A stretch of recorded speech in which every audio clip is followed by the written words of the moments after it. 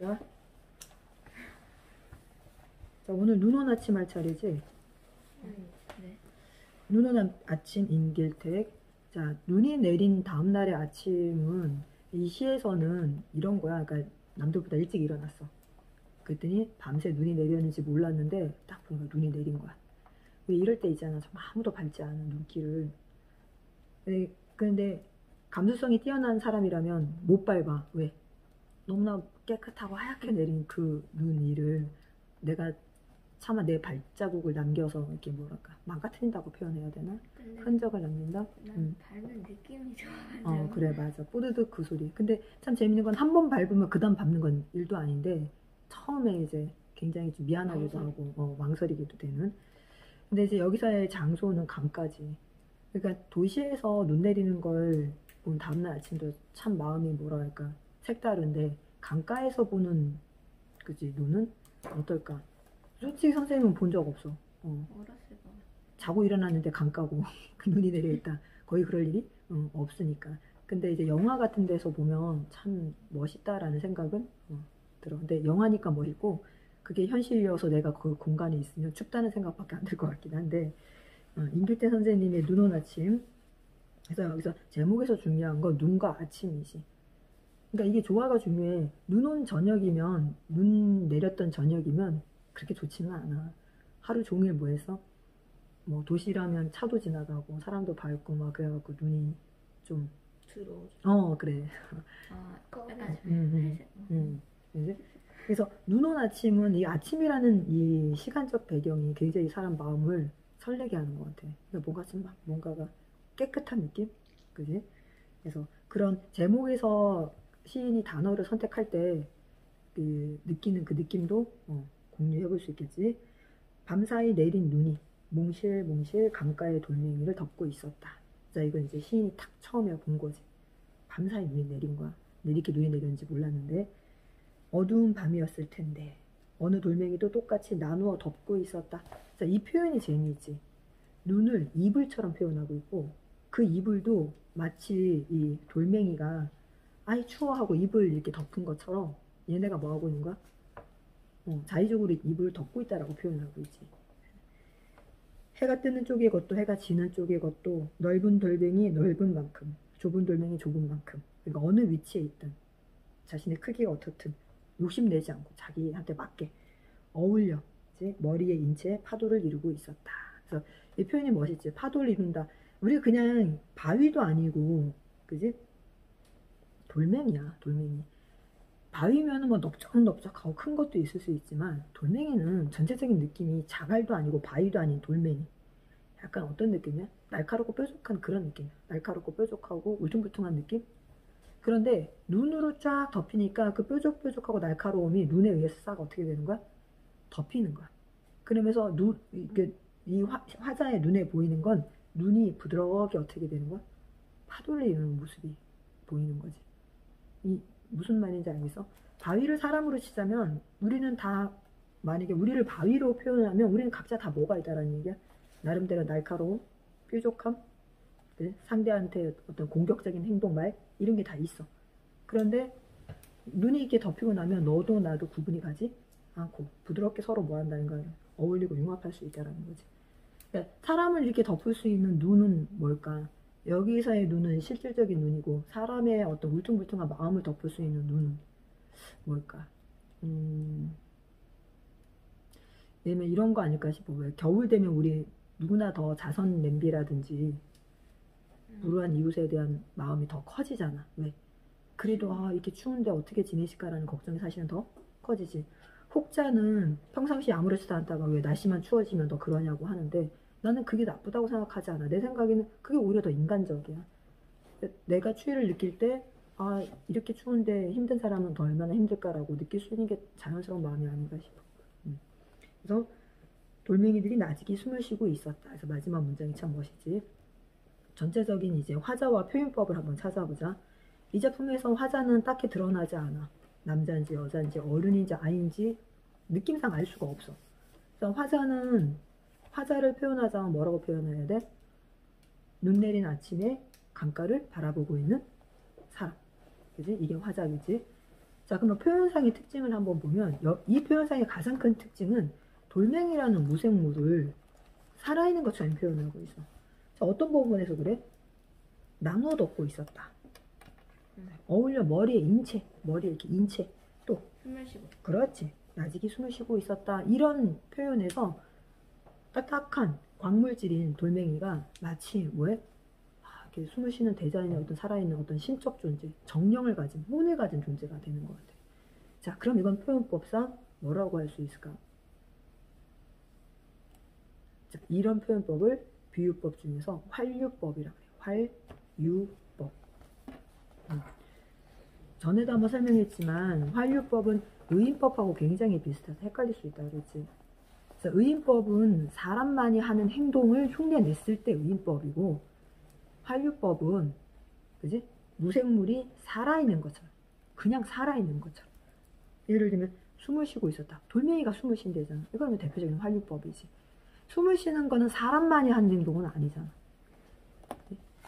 아니면 만약에 돌멩이가 나에게 윙크를 하며 아침 인사를 건넸다. 그러면 이거는 의인법이겠지. 왜? 아침 인사를 건네는 거, 예를 들면 안녕 뭐 이렇게 하는 건 사람만이 하는 행동이니까. 그래서 활유법과 의인법. 근데 이 시에선 전체적으로 활유법을 사용을 해서 자, 시의 분위기는 어때?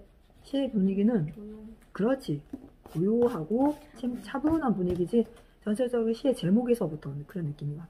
그리고 눈 내린 날은 사람도 글쎄 선생님은 잘 모르겠는데 하얗게 눈이 덮인 세상을 보면서 악한 걸 생각하는 사람도 있긴 있겠지. 근데 대체로는 다 어떤 마음이 들어? 뭔가 좀 저 눈처럼 깨끗하게 살아야 되니까. 흰색이어서. 그지? 흰색을 그지? 좀 지극히 평범한 사람이라면 흰색을 보고 피범벅을 생각하진 않겠지. 그지? 그냥 흰색을 보면 그냥 마음이 차분해지고 뭔가 깨끗해지고 싶고. 자, 소재 주제 적어보자. 이 작품에서는 소재가 아주 딱 드러나지. 눈이 있어, 눈. 또는 뭐 굳이 좀 장소를 소재로 조금 더 강조하고 싶으면 눈 덮인 강가 뭐 이런 거겠지. 자, 주제는 뭘 얘기하는 것 같아? 아침 풍경에서 이 시인은 뭘 느끼고 있을까? 어떤 선생님이 아까도 얘기했지만 그냥일 때는 서로 뾰족뾰족 날카로운 날을 세우고 있는 돌들이지만, 돌멩이들이지만 눈이라는 어떤 공통 요소에 덮였을 때는 서로 더 친밀해지고 화합이 되고 단합이 되지. 뭐라고? 네가 느낀 대로 써봐. 이 시인은 눈이 덮인 아침 강가에서 무엇을 생각했을까? 뭘 느꼈을까? 깨달았을까? 조금 더 확대해서 얘기를 하면 우리 한 사람 한 사람이 돌멩이 같은 사람이잖아. 선생님 분명히 얘기했지만 우리도 뭐 할 수 있어? 날카로운 날을 세울 수 있고 용서할 수도 있고 사랑할 수도 있지. 그런데 우리한테 덮인 건 코로나라는 눈이지. 이 코로나라는 눈이 덮였을 때 우리는 오히려 더 어떻게 단합하고 더 양보하고 이해하고 나를 세우지 않지. 왜? 서로가 다 서로 힘들다는 걸 아니까. 그래서 외국 사람들은, 한국 사람들은 참 말을 잘 듣는다. 말을 잘 듣는다. 그래서 말을 잘 듣는다는 건 귀로 리스닝이 잘 된다는 뜻이 아니라 시키면 시키는 대로 잘한다 뭐 이런 의미잖아. 근데 그거는 정말 한국을 이해 못하는 거지. 우리는 말을 잘 듣는 게 아니지. 우리는 합리적인 선택을 스스로 뭐 할 뿐이야? 할 뿐이지. 정부가 비합리적인 걸 하라 그러면 절대 말 안 듣는 민족이지. 누가 생각해도 스스로 생각해도 그렇지. 나에게나 상대에게나 이게 옳기 때문에 옳은 일을 하는 거지 말 잘 듣는 건 아니지. 한국을 모르는 외국인이야.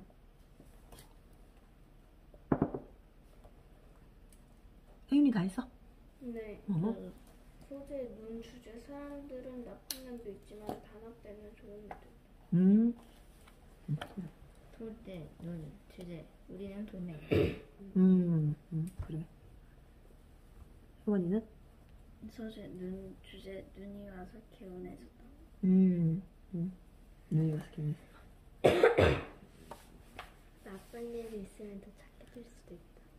그래. 나쁜 일 때문에 오히려 우리는 인간성을 더 찾을 수도 있지. 전쟁이 났을 때 상대를 죽이겠다고 막 눈에 불을 켜고 덤비는 사람도 있지만 그 전쟁 통해서 한 사람이라도 더 살리겠다는 사람도 분명히 있지.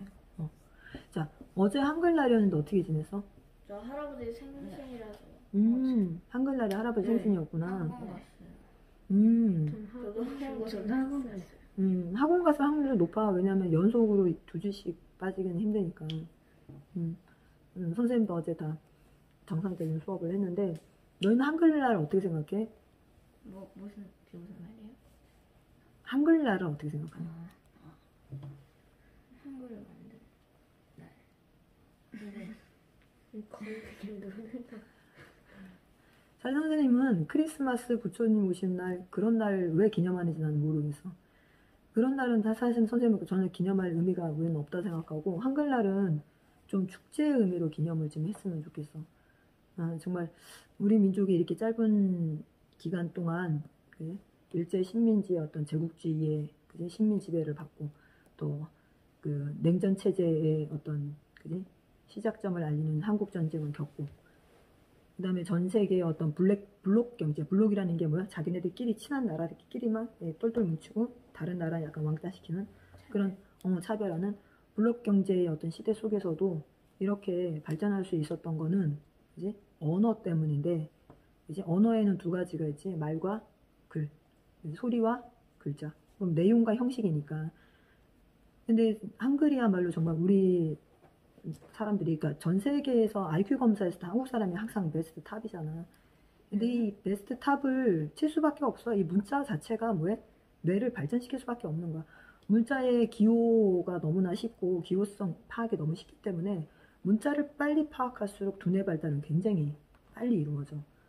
그런데 우리나라 아이들은 어쨌든 누가 막 두들겨 패사시키지 않아도 어느 정도 나이가 되면 한글은 그냥 뭐 하게 돼? 깨칠 수 있어. 깨우치게 돼. 그지? 너무나 과학적이기 때문에 그냥 막 아무 생각 없이 막 만들어진 글자가 아니지. 한글의 자음과 모음은, 자음은 음성 기호의 모습을 상영한 거고, 모음은 하늘과 땅과 사람이라는 이 그 동양의 음양 오행설의 기본 세 가지를 그치? 이용해서 만든 거라서 너무나 과학적이야, 쉽게 얘기해서. 그래서 너무나 과학적이기 때문에 쉽게 누구나 배울 수 있고, 그래서 한번 글자를 읽기 시작하고 문자를 해독할 수 있게 되면 두뇌 발달은 폭발적으로 일어나.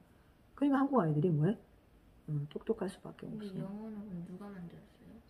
영어는 정확하게 만든 사람이 없고, 페니키아인이라는 민족이 있어서, 그 페니키아 민족은 기원전 뭐 2000년, 3000년 때쯤에 그 그리스가 아직 정식으로 형성이 되지 않았을 때, 그럴 때 이제 너무나 열악한 지역에서 살고 있어서 무역을 하지 않으면 먹고 살 수가 없었어.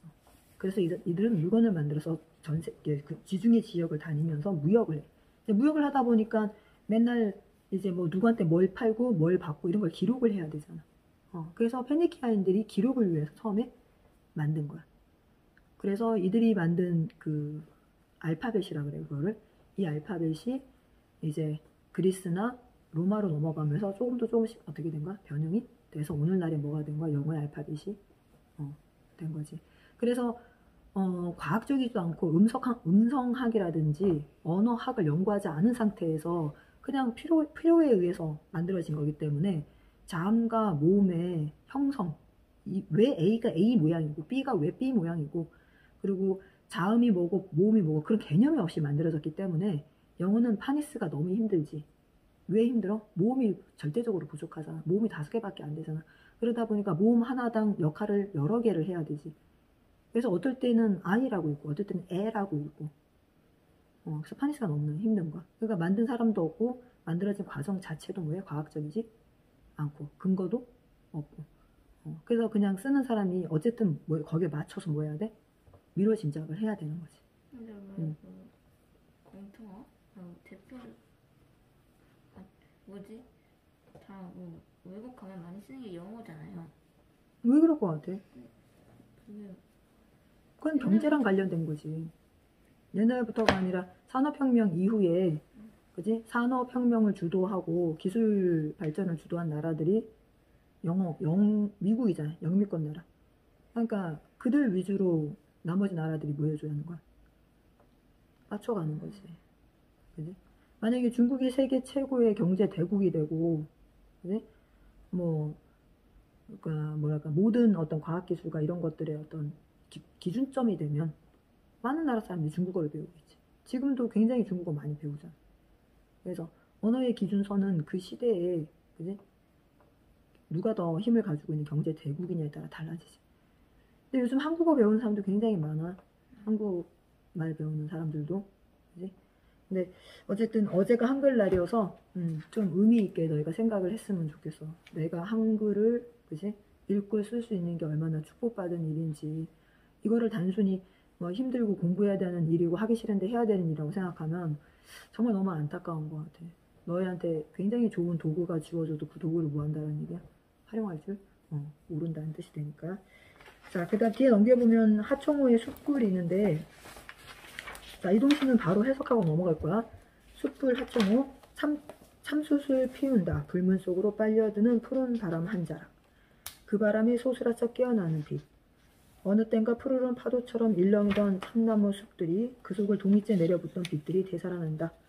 모두 참숯 속에 웅크리고 있던 빛들이 아우성치며 튀어나온다.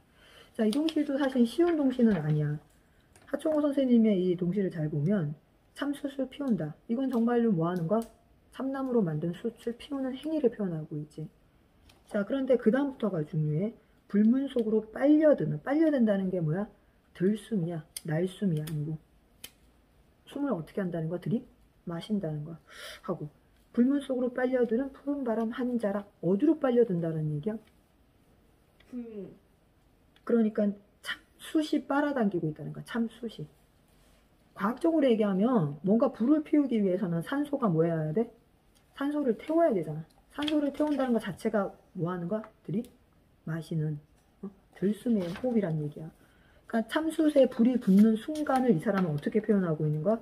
불문 속으로 빨려드는 푸른 바람 한 자락이라고 표현을 하고 있는 거야. 너희가 이런 경험이 없어서 이게 좀 이해가 안 갈 수도 있는데, 참숯이라는 건 그제 참나무를 잘라서 조각을 해서 태운 거잖아. 태워서 까맣게 숯을 만든 거잖아. 그지? 죽은 거지, 일종의. 그 죽은 숯에다가 다시 뭐 한 거야? 불을 빨갛게 피운 거잖아. 니네 뭐 고깃집 가보면 많이 나오잖아. 그지? 응. 그래서 숯이 빨갛게 불을 피우는 순간 숯은 어떻게 되는 거야? 되살아나는 거야. 부활하는 거지. 그러니까 바람이 그 참숯에서 바람이 밖으로 나오는 게 아니라 밖에 있는 바람이 어디로 들어가는 거야? 참숯 속으로 들어가는 거야. 이해가 가? 지금 선생님이 지금 과학을 설명하는 건 아니고, 과학적으로도 틀린 말은 아니지만 과학을 설명하는 게 아니라 불문 속으로 빨려드는 푸른 바람 한 자락이 이해가 가냐고. 이 말이 시인이 뭘 표현한 거야? 숯이 다시 뭐 하고 있다는 얘기야? 되살아났다, 부활했다는 걸 표현을 하는 거야. 그러니까 시인이잖아. 참숯을 피운다. 빨갛게 불이 붙었다. 이러면 평범한 사람인 거고, 그지? 이 숯에 불이 붙어서 빨갛게 되살아난 걸 이 사람은 어떻게 표현한 거야? 이 숯이 하고 뭐 해달라는 거야? 숨을 들이마시는 걸로 표현한 거야. 그래서 불문 속으로 빨려드는 푸른 바람 한 조각. 자, 그럼 이것도 환류법이라는 거 알겠니? 환류법이라는 거 알겠어? 자, 그 바람이 소스라서 깨어나는 빛, 그 바람이 뭐야? 하고 들어마시는 그 바람 때문에 빛이 깨어났대. 그럼 이 깨어난 빛이 뭘까? 집중. 자, 깨어난 빛이 뭘까? 이 빛이 바로 3년, 4년, 5년에서 이 빛이 무슨 빛인지 설명을 하고 있는 거야. 그 바람에 솟아 깨어나는 빛이 뭐야? 밝은 거잖아, 빛. 어느 땐가 푸르른 파도처럼 일렁이던 참나무 숲들이. 그럼 이 빛이 일단은 뭐야? 참나무 숲이래. 왜? 얘가 참숯이니까. 얘가 숯이 되기 전에는 참나무 숲에서 뭐 했어? 하늘을 향해서 서서 푸르게 살았을 거 아니야. 자, 그런데 또 그게 다가 아니야. 그 속을 동이째 내려붙던 빛들이 되살아난대. 그 속이 바로 참나무 숲이지. 그 숲으로 동이째, 항아리째, 물을 퍼붓듯이 떨어져 내리던 게 있대. 그게 뭘까? 동이째 내려붙던 빛들. 바로 태양빛을 얘기하는 거지. 그지? 그자, 모두 참숯 속에 웅크리고 있던 빛들이 아우성치며 튀어나온다. 결국 참숯 속에서 튀어나온 빛은 어디에서 온 빛인 거야? 그렇지, 태양에서 온 빛인 거지. 그래서 하청우 선생님이 이 숯불이라는 동시를 통해서 이 지구라는 행성은 태양이 아주 대표적인 에너지원이잖아. 물론 지구 자체에서도 내핵이나 그지? 외핵에 의해서 지구 열 자체가 만들어지기도 하고 마찰열도 있기도 하지만 복사열이라고 하지. 모든 물체는 다 에너지, 열을 내뿜으니까 너희도 다 복사열이잖아. 찍어보면 열이 막 나오잖아. 모든 물체는. 근데 어쨌든 근본 원인 에너지원, 생명이 살아갈 수 있는 근본 에너지원은 다 어디에 있는 거야? 의지하는 거야? 거의 99%는 태양에 의지하지. 근데 그 태양의 에너지가, 그지? 나는 태양이 있어서 밝아갖고 밖에 보이는 것 말고는 잘 모르겠는데요? 라고 하지만 내 머리부터 발끝, 내 주변에 있는 모든 것이 다 태양 에너지의 다른 모습이라는 거야. 이해가 가? 태양 에너지가 나무가 된 거고, 그 태양 에너지가 꽃이 된 거고, 열매가 된 거고, 그걸 내가 뭐 하는 거야? 먹는 거야. 왜? 사람이 태양 에너지를 바라본다고 하면 먹을 수 있는 능력이 없으니까. 태양 에너지가 뭘로 바뀐 거? 식물, 과일의 형태로 바뀐 걸 우리는 뭐 할 뿐이야? 먹는 거야. 그래서 우리는 정확하게 얘기하면 과일을 먹는 게 아니고 뭘 먹는 거야? 태양. 그렇지. 태양은 열과 빛이 두 가지잖아. 열, 빛. 그지? 그래서 하정우 선생님은 촛불을 피우는 이 단순한 행위를 통해서도 뭐 하는 거야? 태양, 나무, 숯, 그 다음에 에너지원의 이게 뭐야? 회전을 설명하고 있는 거야. 순환, 에너지의 순환. 이게 동시가 쉽지 않은 이유 알겠어? 이런 거를 이해 못하고 읽으면 그냥 고기 구워 먹으려고 숯불 피웠구나 라고 생각하고 끝나는 거야. 자, 뒤에 넘겨보면 공제동의 별이라는 작품이 있고, 자, 다음 주에 그러면 별 해갖고 보자.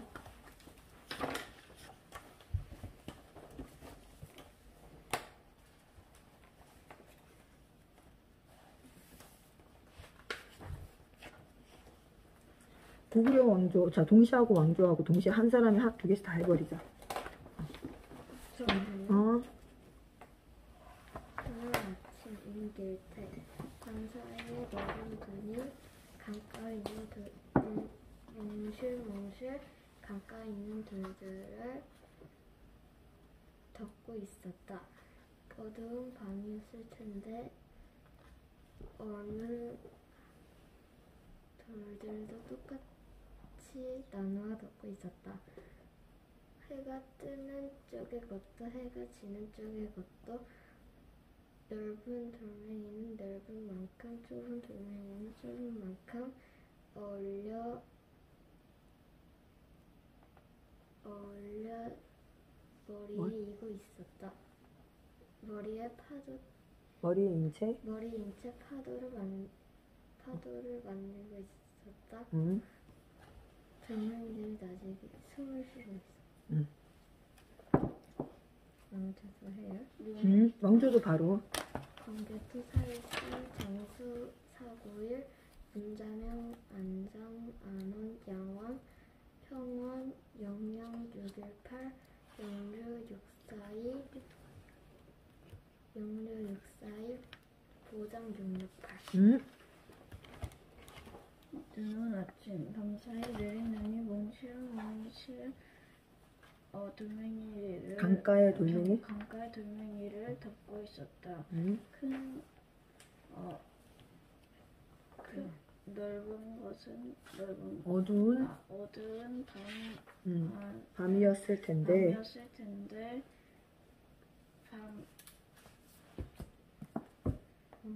어느 돌멩이도 똑같이 덮고 있었다. 넓은 돌멩이는 넓은 만큼, 좁은 돌멩이 좁은 만큼 어울려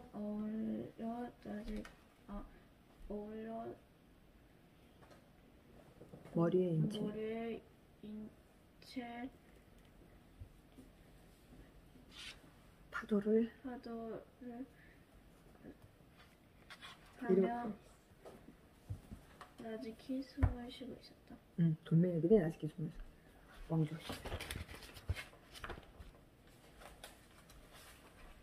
정수 사구일 문자명 안장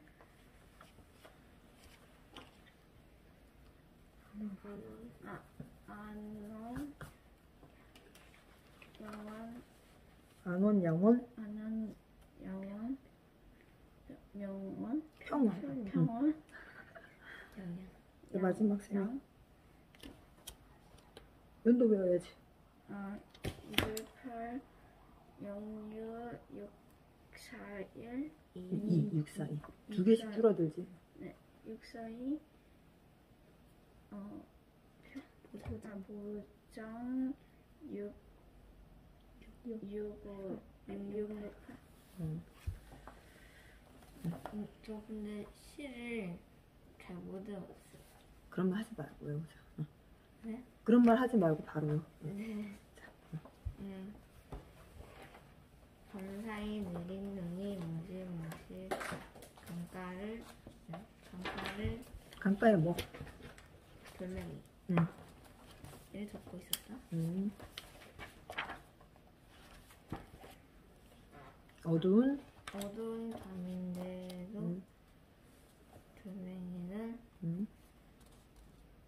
똑같이 눈을 나누어 덮고 있었다. 나눠 덮고 있었다. 음. 해가 뜨는 쪽도 해가 지는 곳도 넓은 돌멩이 넓은 것도 좁은 돌멩이 좁은 것도 돌멩이들은 어울려 머리에 이제 보지 말고 쌤이 어울려 우리 약속한 거 있잖아. 못 외우면 뭐 외우면 되는 거야. 어울려 머리에 이제 우리 이제 숨을 쉬고 아니 어울려서 그 모양이 시인이 뭐 같다고 표현했어? 파도를 어. 이루고 있었어.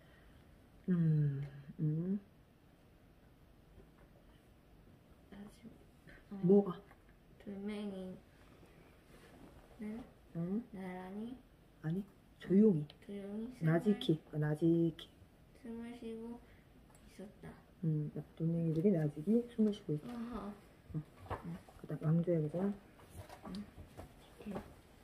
장수 사고의 문자명 안장 안원 양원 평원 영양 618 영유 642 보장 668. 오케이.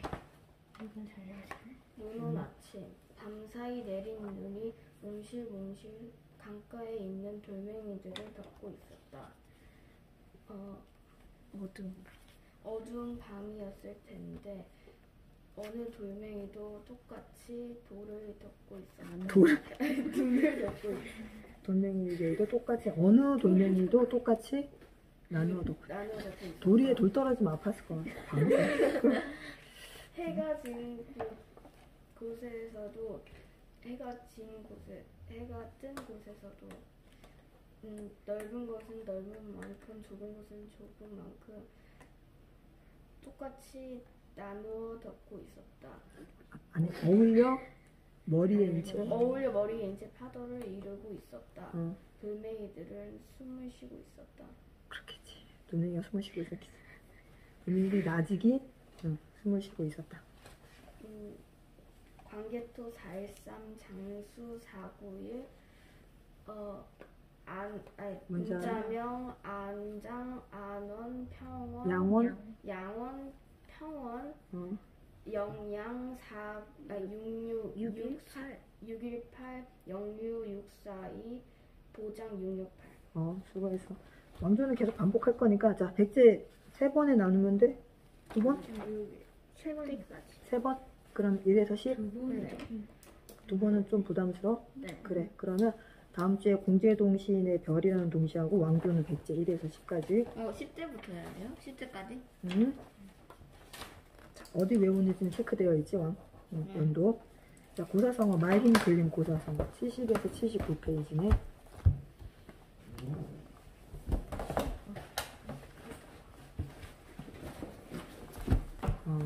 화서지목, 그지? 좋은 꿈. 나는 화사지는 꿈을 꿔서 기분이 좋아. 맞아. 기분 좋은 꿈 꾸면 진짜 하루 종일 기분 좋을 것 같아.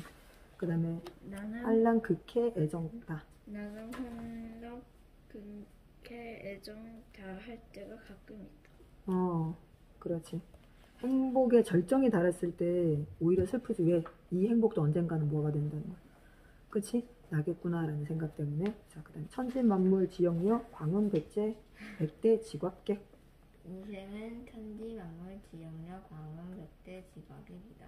오케이. 이게 정말 리얼하게 느껴지면 정말 철들고 그게 대단한 사람이지. 청담. 나는 가끔 청담처럼 행동한다. 이제 학원은 청담 학원을 다녀야 되는 거야? 그다음에 내처학자. 차학자처럼 살면 재밌을 수도 있을 것 같아요. 오케이. 자, 호중천. 호준천이 있을까? 별천지, 그지? 근데 솔직히 우리가 만들면 되는 거잖아.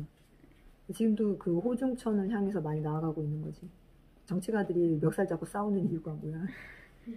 그러니까 싸우는 거 그 순간은 창피한 거지만 그렇게 멱살 잡고 싸울 수 있는 것 자체가 민주주의야. 독재 체제에서는 아예 그런 거 자체는 상상도 할 수가 없어. 그 다음에 역부지모, 일꾼의 꿈이지. 나는 역부지모 같은 꿈을 주로 꾼다. 망운지정까지 가는 거지, 망운지정. 네. 나는 학교에서 가끔 망원지정을 느낀다. 그러지.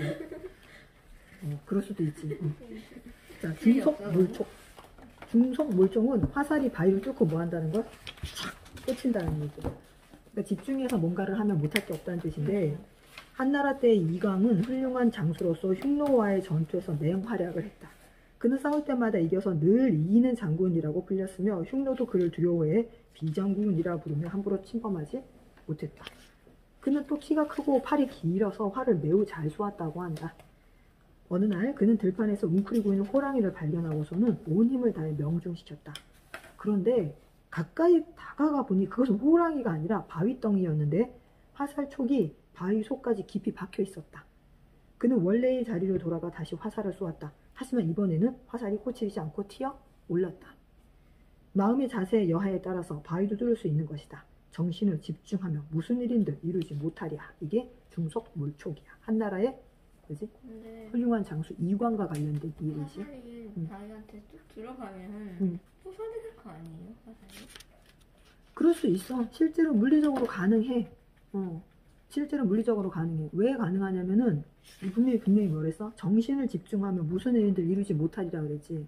근데 옛날 사람들은 이건 그냥 각오, 다짐, 생각이라고 했고 요즘 양자역학과 그지? 정신의학에서는 분명히 가능한 거야. 본인이 어떤 의지를 갖고 어떤 생각을 하냐에 따라서 물질 체계를 바꿔. 이 선생님이 무슨 이상한 무슨 마법 이야기를 하는 게 아니야. 실제 지금 현대 과학을 얘기하는 거야. 그래서 특히 뇌세포의 어떤 물질 체계를 바꿔버려. 나는 못해, 난 바보야, 나는 할 수 없는 사람이야. 그러면 시냅스 자체의 체계가 그렇게 바뀌어버려. 그래서 정말 할 수 있는 것도 할 수 없는 걸로 보이게 만들어. 시각 자체가 난 이건 할 수 없어 이렇게 보이게 만들어. 그런데 난 할 수 있고 나는 가능성을 넘을 수 있고 나는 내가 마음만 먹으면 불가능한 건 없어. 나는 할 수 있어. 그러면 스냅스의 체계가 바뀌어. 그래서 똑같은 걸 봤을 때 눈에 어떻게 보여? 저거 노력하면 되겠다. 저거 할 수 있는 거다라고 보여. 그래서 정말로 정신체계는 물질체계에 영향을 미쳐. 자기 머리의 뇌와 몸만 미치는 게 아니라 주변 환경에도 미쳐. 주변 환경에도 미친다는 게 사람한테는 영향을 미쳐. 난 자신 있어. 나는 누구하고도 그치? 난 당당할 수 있어. 그럼 어느 사람을 만나도 그 사람이 나를 함부로 대하지 못해. 그 사람한테서도 뭐가 느껴지는 거야? 정신적 에너지가 느껴지는 거야. 실제로 중속몰촉은 가능해. 물리적으로. 그지? 뭐만 하면. 정말 마음을 먹고 하면. 그지? 이해가? 궁금한 게 공주병, 왕자병 같이 나는 뭐든지 잘해서 내가 제일 뭐 예뻐. 그렇게 그건 좀 심한. 그거는 공주병, 왕자병 상대가 그 사람을 그렇게 보는 거지. 아니 모두 다 내가 다 잘났다고. 그러니까 어쨌든 너는 공주병이야 했을 때 공주병이라고 지적당한 사람이 본인한테 얘기하는 게 아니라 주변 사람이 그 사람한테 그렇게 얘기를 하는 거잖아. 아니 공주병이 자기가 잘났다고 하는 거. 선생님 말 잘 들어. 잘난 척과 잘난 건 달라. 잘난 척은 아닌데 뭐 하는 거야? 있는 그런 것처럼 하는 거고 진짜 자기 자신은 난 정말 열심히 했고 나는 최선을 다해서 대비했고 어떤 문제가 나와도 나는 최선을 다해서 풀 자신이 있어. 이건 잘난 척이 아니지. 선생님 얘기 그냥 선생님은 그 잘난 걸 얘기하는 거야. 잘난 척은 속으로는 쫄고 있어. 이거 어떡하지? 들키면 어떡하지? 나 이거 못했는데 안 했는데 한 척하고 아는 척 하려니까 뭐가 되는 거야? 그래서 그것만 아니면 돼. 잘난 척 이쁜 척 안 하는데 내가 정말 나를 이쁘다고 생각하는데 난 정말 이뻐. 뭐 예를 들면 나는 눈이 작고 그지? 좀 살이 쪘고 키가 작아도 난 내가 이뻐라고 생각하면 본인이 정말로 어떻게 보여? 본인이 거울 봤을 때 정말 이뻐 보여. 그리고 남들도 그 사람이 정말로 어떻게 보여? 예뻐 보여. 진짜로 예뻐 보여. 그런데 눈, 코, 입이 예쁜데도 본인이 맨날 불만이야. 나는 왜 눈이 더 크지 못하지? 나는 코가 왜 서양 애들처럼 이렇게 크지 못하지? 나는 왜 얼굴이 막 이러지 못하지? 하고 막 자기 불만이 굉장히 많아. 남도 그 사람의 단점이 딱 뭐해? 보이고 이쁘다는 생각이 안 들어. 그런데 그냥 사진만 찍어서 둘 중에 누가 이뻐요? 그럼 객관적으로, 그러니까 우리가 보통 생각하는 객관적으로 이 사람이 이쁜데요? 그런데 실제로 만났을 때 사진으로 봤을 때 못생겼다고 생각하는 사람이 막 자신감이 있고 막 긍정적이고 막 잘 웃고 자기가 자기 자신 정말 이쁘다고 생각해. 그럼 만났을 땐 이 사람이 정말 예뻐 보여. 그리고 이 사람은 정말로 뭐해? 정말 안 이뻐 보여. 그냥 이 사람을 만나지 않고 객관적인 사진만 봤을 땐 이쁜 사람인데 본인이 그렇게 자신감. 자, 이해가가? 공주병과 왕자병은 잘난 게 아니고 뭐 하는 거야? 잘난 척하는 거야. 그래서 척하는 건 남들이 다 알아. 그렇기 때문에 그게 꼴보기 싫어서 우리가 뭐라고 표현하는 거야? 공주병. 근데 정말 스스로 진심으로 자기가 자기 자신을 존중하고 자기 자신에 대해서 믿고 자기 자신을 이쁘다고 생각하면 상대도 뭐 해줘? 진심으로 그렇게 대하게 되어 있어. 자, 이해가지? 중속물초. 그 다음에 절전, 화살을 부러뜨리다. 서로 마음을 합쳐 협력을 하는 것의 소중함을 깨우치는 교훈이지. 그래서 서로 협력하면 뭐해? 못할 게 없는데 서로 막 반목하고 서로 이렇게 협동하지 않으면 아주 간단한 일도 할 수 없다라는 거지. 실제로 그렇지. 화살 하나는 쉽게 부러뜨리는데 막 10개 묶음으로 주고 부러뜨리다가 못 부러뜨린다. 그 얘기에서 나온 거지. 절전. 전기 끄라는 얘기가 아니에요. 자, 그 다음에 반야탕. 자, 절에서 술을 가리킬 때 쓰는 말이래. 자, 반야경을 읽는 승려가 마시는 것. 그래서 반야탕이라고 하는데 원래 스님들은 술을 안 드시는 걸로 알고 있는데, 그지? 반야탕. 그 다음에 원교 금공. 자, 먼 나라와는 친선을 맺고 가까운 나라부터 공격한다라는 어떤 전략 같은 건데, 실제로 좀 그런 것 같아. 우리나라도 좀 그렇지, 멀리 있는 미국과는 좀 친하게 지내려고 친미 정책을 많이 쓰고, 이제 북한하고는 조금 이렇게, 사실은 북한은 예측이 불가능한 나라지. 거의 예측이. 상식적으로 생각해도 뭐 월북을 하셨던 실족을 하셨던 사람이 어쨌든 바다 위에 둥둥 떠 있으면 몇 번 얘기하다가 총 쏘는 나라는 북한밖에 없지. 우리 선생님이 선생님 친구가 북한에 갔다 왔는데 북한을 간 얘기를 해줬어요. 그런데 북한의 에스컬레이터가 이게 외국인이었어요, 친구가. 근데 막 다른 사람이 북한인데 그냥 지나갈 때는 엘리베이터를 끄고 있어요. 작동을 안 해요. 근데 외국인이 딱 들으면 그때 켜고 나가는 거예요. 그래, 그럴 수도 있을 것 같아. 북한 같은 경우는 전력 사정도 그렇게 좋지 않고 관광객들한테까지 이제 뭐랄까 편의를 제공을 하면서 북한의 이미지를 좋게 해주고 싶으니까 충분히 그럴 수 있을 것 같아. 그러니까 안타까운 거, 정말 안타까운 것 같아. 전쟁이 남긴 상처 중에 가장 큰 상처는 분단이고, 단순히 그냥 국경선만 그어진 분단이면 그래도 괜찮은데 아예 정말 말 그대로 분단이잖아. 만나지를 않잖아. 교류를 하지 않으니까 이 사람이 도대체 무슨 생각을 하고 어떤 생각을 가진지를 정말 뭐랄까 예측이 불가능하다는 게 너무 안타까운 것 같아. 그래서 원교 금공, 그 다음에 마부잡침, 도끼를 갈아서 뭘 만드는 거야? 얇은 바늘을 만든다. 이것도 아까 중성몰촉하고 비슷한 뜻이야. 내가 마음 먹고 하면 실제로 뭐 할 수 있다는 거야? 성취할 수 있다. 해낼 수 있다라는 거야. 자, 문일지십은 하나를 들으면 뭐 한다? 열을 안다. 여기 보면은 공자의 제자 중에서 뛰어난 제자는 70명 정도 된다. 그중 자공은 재능이 뛰어난 사람이었고 안여는 덕과 학문이 제자 중에서도 가장 뛰어났다. 어느 날 공자는 자공에게 물었다. 자네와 안회 중 누가 더 낫다고 생각하는가? 이런 질문을 하시다니. 자공이 대답했다. 제가 어찌 아내와 비교될 수 있겠습니까? 아내는 하나를 듣고 열을 알지만 저는 하나를 듣고 둘을 아는데 불과합니다. 공자가 말했다. 그렇다. 자네는 아내만 못하지. 나와 자네 모두 아내만 못하다네. 그지? 공자 스스로도 제자 아내만 못하다고 얘기를 했네. 그지? 그래서 문일지십이라는 건 아까 여기서 나온 것처럼 하나를 듣고 열을 알지만 나는 하나를 듣고 둘을 아는데 불과하다. 그래서 문일지식, 재능이나 학문이 뛰어난 사람을 얘기하는데 문일지식, 문일 하나를 듣고 지식, 열을 한다. 문일이 중요할까 지식이 중요할까? 문일? 정확하게 얘기하면 문일이 중요하지. 그러니까 너희가 어떤 거를 하나를 정확하게 이해하고 설명을 듣잖아? 나머지는 너희가 미루어서 뭐 할 수 있어? 짐작하고 생각할 수 있어. 문일 지백도 가능하지. 그래서 이런 말이 있어. 너희가 뭔가를 설명을 해줘야지만 이해를 한다면 결국 설명을 해도 이해 못한다는 뜻이야. 왜? 그거는 혼자 생각해보면 답이 나오는 건데 그걸 설명을 해줘야 된다라는 건 혼자 생각할 힘이 없다는 거니까 설명을 해줘도 결국 뭐 한다는 거야? 알아듣지? 못한다는 거야.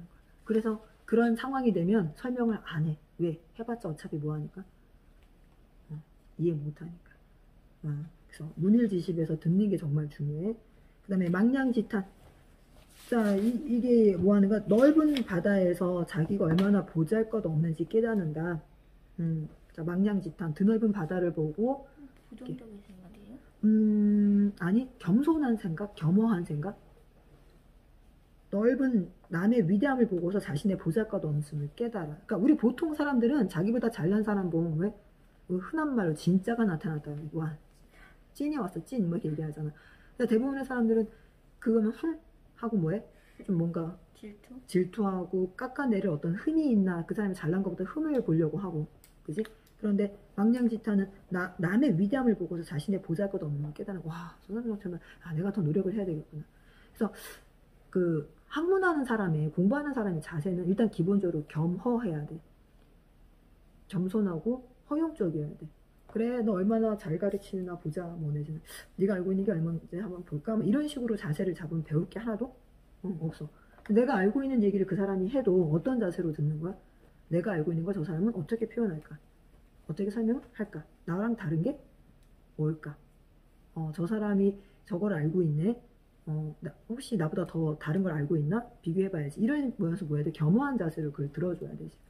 나 아는 거 얘기하고 있네? 그럼 귀가 어떻게 돼버려? 닫혀버려. 아까 선생님 분명히 얘기했지만 문일이 안 되면 지식은 안 된다고 했지. 그래서 공부의 가장 기본은 뭐야? 겸허.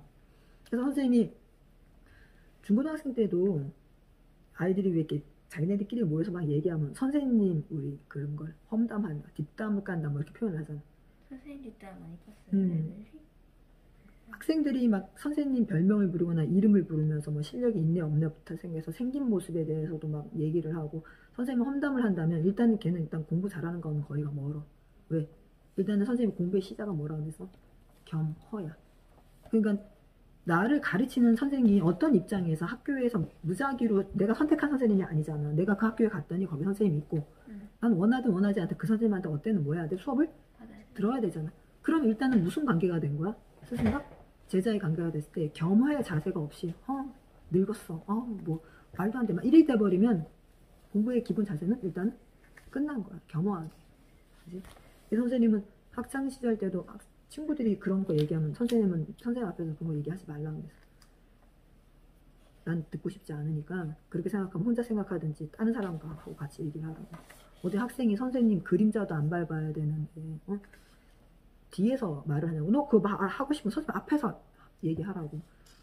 그 앞에서 얘기하는 건 뭐야? 자기 의견이고 발전을 위한 거잖아. 선생님 수업 시간에 이렇게 해서 집중이 잘 안 돼요. 좀 이렇게 좀 해주세요. 이건 발전을 위한 거잖아.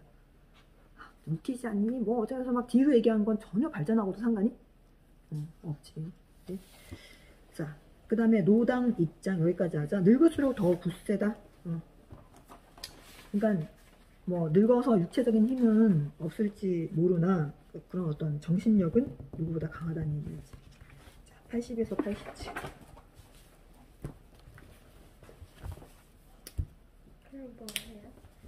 자, 그 다음에 도끼력 키움하고 훈민정음하고 빨리 단맞춤 한국사 들어갈 거고, 작은 아씨들은 지금 그냥 이대로 진행하면 되지. 29에서 32. 과학을 쉽게 썼는데 어때? 선생님이 추석 지나고 좀 줄여주신다고. 그랬었나? 네.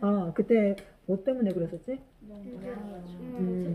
과학을 쉽게 썼는데 새로 시작해서 그랬나? 아니, 과학은 괜찮아요. 근데 작은 아씨는 조금 자, 오케이. 알겠어. 이거 이번 대적을 읽어가지거든요. 자, 그러면 우리 지금 도끼력 키움은 두 개 하나하나 나가고 있는 거 봤지? 네. 그래.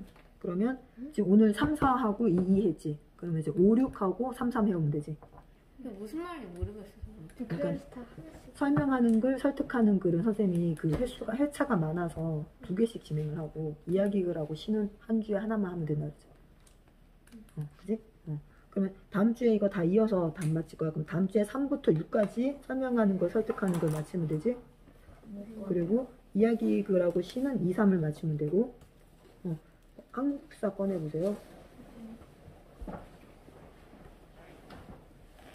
훈민정음은 계속 딱딱 진행을 하면 돼. 훈민정음은 5-1 끝나면 6-1 그냥 바로 넘어갈 거고 6-1 끝나면 6-1 지금 6-1인가? 6-1 할 거고 6-1이에요. 1이지 1. 그리고 바로 문법으로 넘어갈 거야. 6-2로 했어?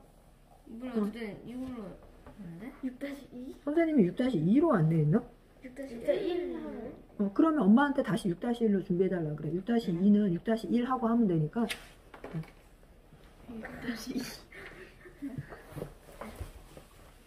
단기 폭발 80에서 81쪽이지? 응. 혜연이 한번 해볼까? 누구요? 답을 채점을. 1번에 3번, 2번에 1번,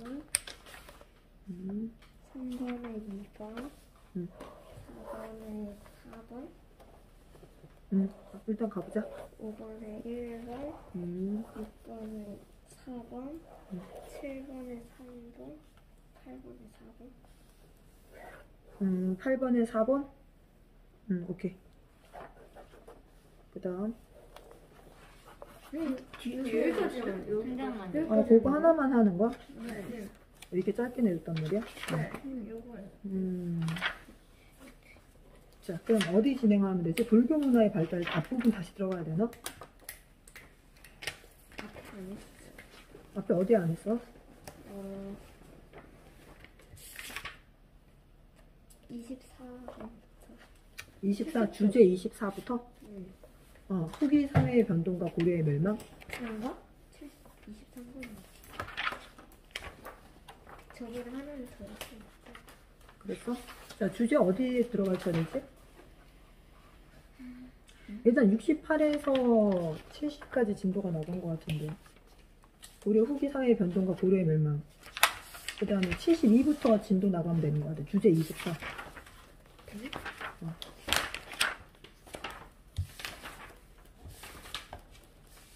자, 72페이지 보면 고려의 이제 경제에 대해서 나오지. 전식과 토지의 종류. 이거 하지 않았었나? 이건 안 했어요. 안 했어? 자, 경제에 대해서 뭘 본다라는 거. 제일 첫 번째 보는 건 토지에 대해서 본다는 거지. 두 번째 보는 건 뭐야? 상업활동. 무엇을 만들고 무엇을 팔고. 그 다음에 이제 그런 걸 만들고 팔 동안에 왔다 갔다 해야 되는 화폐에 대해서 보고. 그 다음에 이제 국내에서만 이루어지는 게 아니라 다른 나라와 함께 상업을 하면 그걸 무역이라고 얘기하지. 무역은 어떻게 이루어졌는가. 그러니까 문제집 집중이. 자, 그래서 일단 먼저 토지 제도를 보면 고려의 기본 토지 제도는 뭐야? 전시과야. 그래서 그러니까 18등급으로 구분된 그지 관리들에게 전지 시지를 지급하는 거지. 죽거나 일을 그만두게 되면 국가에 반납하는 게 기본 원칙이야. 그래서 제일 첫 번째는 역분전이라는 게 뭐냐면 후삼국 통일 과정에서 큰 공을 세운 공신한테 지급되는 땅을 역분전이라고 했어. 그래서 농공행상적 성격이 굉장히 강해. 농공행상적이라는 건 뭐야? 얼마나 업적이 있느냐에 따라 지급하는 거지. 자, 그 다음에 이제 전시과는 고려의 이제 과거 제도가 정착이 되면서 과거 시험을 통해서 관리가 된 관리들에게 전지와 시지를 주기 시작했는데, 재밌는 거는 이제 전시과가 큰 타이틀은 전시과야. 그런데 한 두 번 정도 개정이 돼. 첫 번째가 시작을 한 게 경종이지. 그래서 시정 전시과라 그래. 자, 뭐만 기억하면 돼? 이 전시과를 처음 스타트한 사람이 누구야? 경종. 그래서 시작을 했기 때문에 시정이라고 생각하면 돼. 스타트, 시정. 자, 그래서 조건이 전현직 대상 관리한테 다 줬고, 여기 재밌는 거는 18등급으로 나눌 때 관등과 인품까지 생각해서 나눠줬어요. 이게 참 애매하지 않아? 인품에 따라서 전지와 시지를 더 준다? 참 이거 그게 결국 일종의 약간 비합리적이지 않니? 왕 마음에 따라서 왕한테 이제 좀 잘 보이면 인품이 좋다는 얘기지. 그래서 우리가 생각해도 인품은 좀 아니다 싶은 생각이 들잖아. 역시나 뭐야, 고려에서도 목종 때 개정을 해, 바꿔. 전시가를 개정해서 개정 전시가인데 당연히 뭐가 빠졌겠어? 인품 기준이 빠져. 나머지는 똑같아. 전현직 관리를 대상으로 전주와 시지를 줬고 나누어질 때 등급을 관등만 보지 인품은 보지 않아. 근데 대체로 보면 문관을 우대했겠지. 그러니까 나중에 뭐가 발생해? 무신정변이 발생하지. 18품 9분.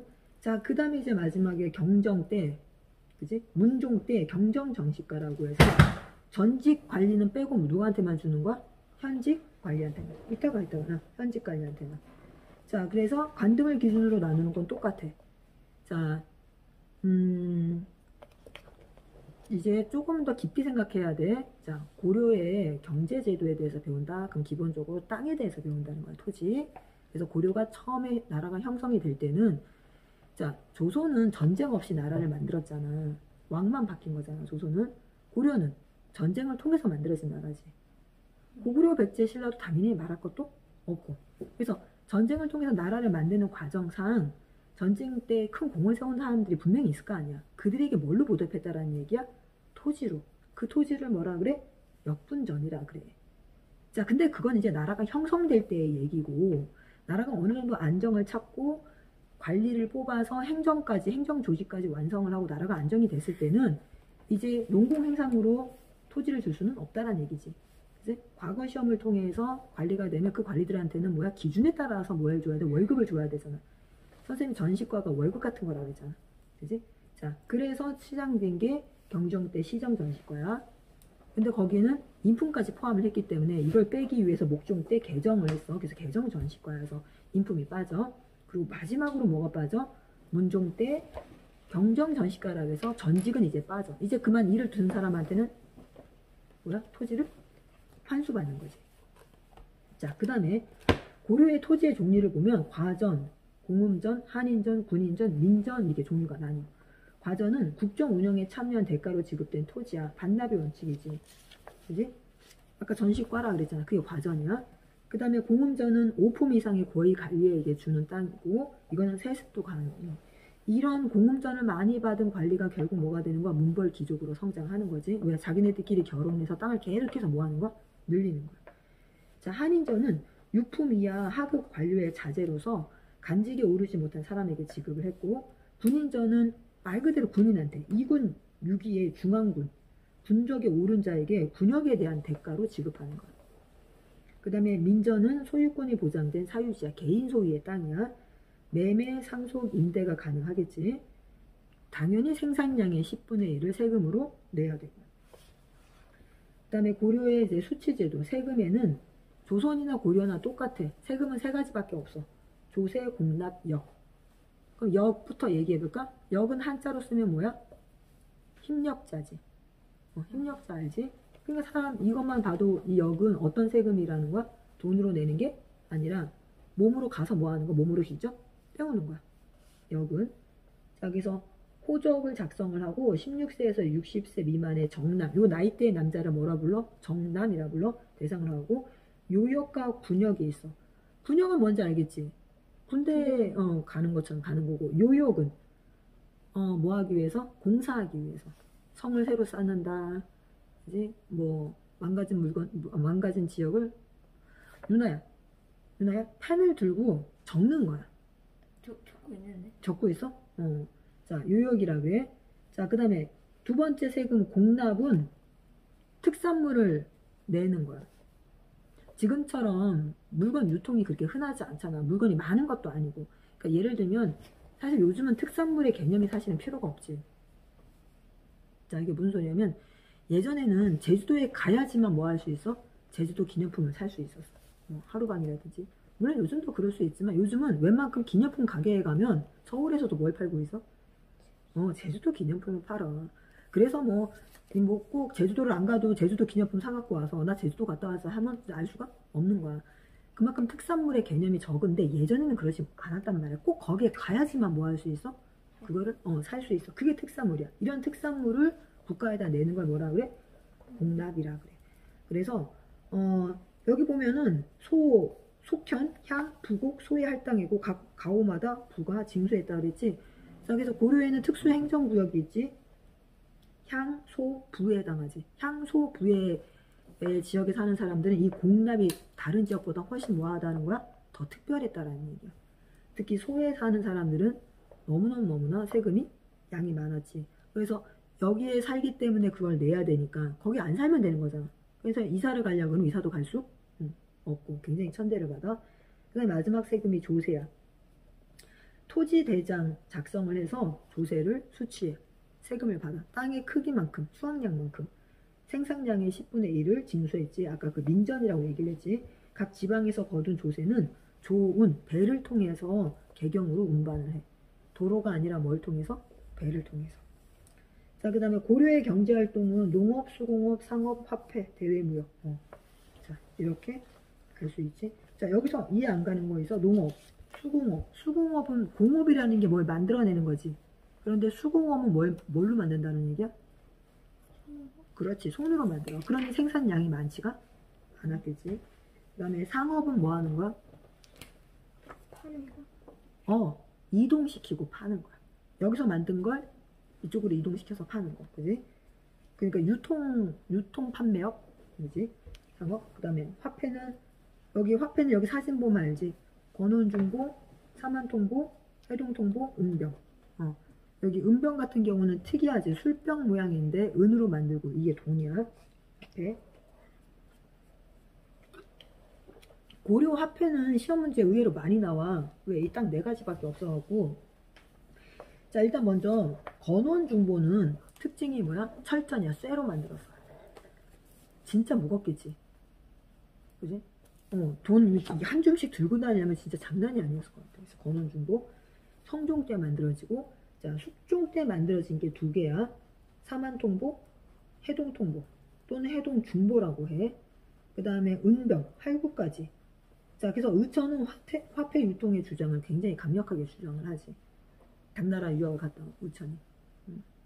그 다음에 유통 실패, 자급자족적 경제의 구조로 농민이 화폐의 필요성을 인식하지 못했다. 즉, 국가에서는 화폐를 만들어서 이걸로 사고 팔 때 써라 라고 했는데 실제 국민들은 뭐 했다는 거야? 백성들은 거부했다라는 얘기야.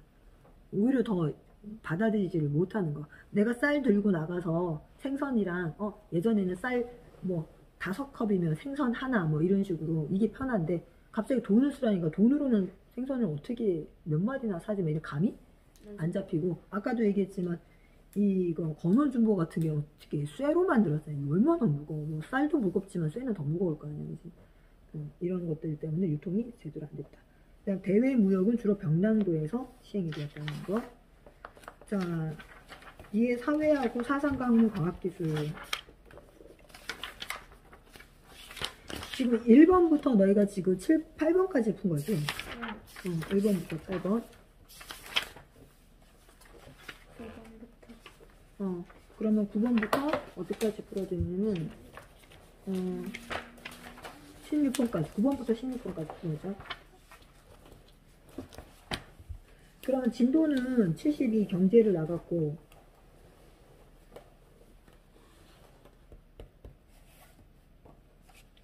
그리고 문제 푸는 건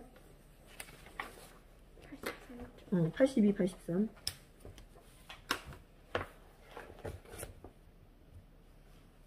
자, 작은 아씨들 꺼내보세요.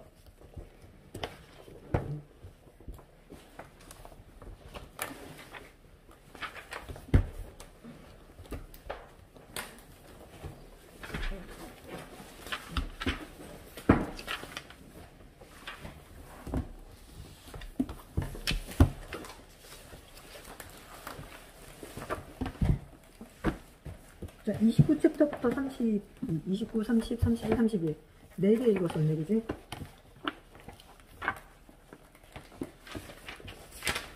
자, 29챕터.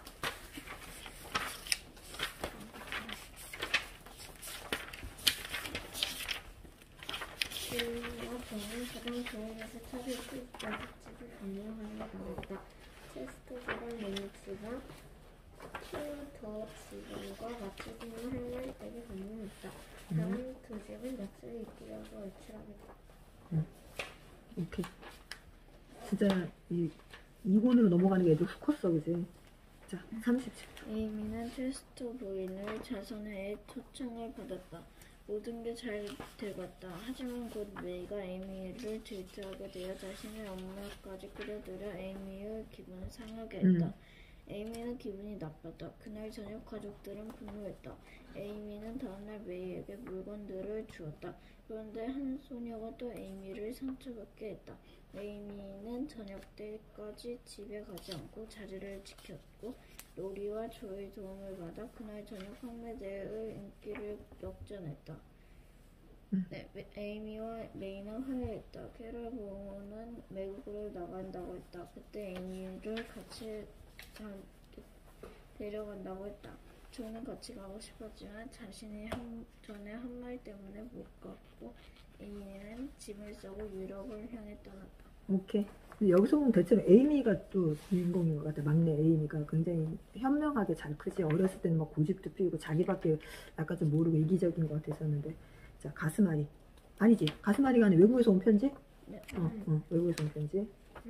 우리의 해외 그러니까 우리의 해외 통신은. 그지. 에이미야. 에이미와 엄마는 결혼 얘기를 하며 편지 주고서 왔다.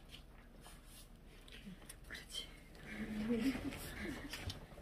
자, 가스마리 32층. 베스는 로즈를 사랑했다. 하지만 로리는 조를 사랑했다. 조는 로리를 친구 이상으로 사랑하지 않아서 결국 뉴욕에 가기로 했다. 로리는 작별 인사를 했다. 그래. 좋아. 로리의 이야기. 자, 그러면 다음 주에 이거 어디 몇 챕터까지는 읽으면 돼? 이거 줄인다고 했는데 얼마나 줄였어? 그러니까 선생님이 그때도 너희한테 합의하라고 그랬죠. 너희끼리, 그지? 지금 33챕터 읽을 차례지? 네. 조의 편지부터 지금 33, 34 그럼 14개 정도 남았네, 그지? 14개 남았는데 어떻게 할 거야? 2개씩. 2개씩? 그러면 2달을 이걸 책을 더 읽는다고? 근데 이거 세보니까 10챕터 하는데 100쪽이 나와요. 그러니까 그런 쪽수가 중요한 게 아니라, 자, 선생님이, 자, 어쨌든 혜윤이는 어떻게 생각해? 유나는? 채원이는? 너도 2개씩? 2개 괜찮아? 그래, 그러면 어쩔 수 없지. 33에 34?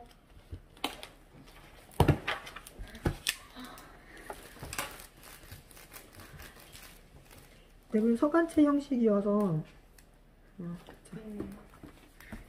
자, 그 다음 과학을 쉽게 썼는데 꺼내는 거. 안에서 좀 편해. 2장이 12에서 16까지였지. 예. 어디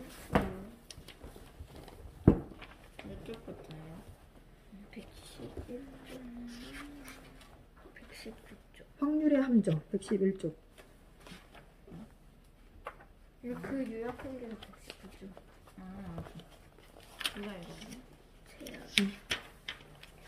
영국 시민적 환유제에서는 비행기 조종사의 60%가 65세에 사망한다고 했다.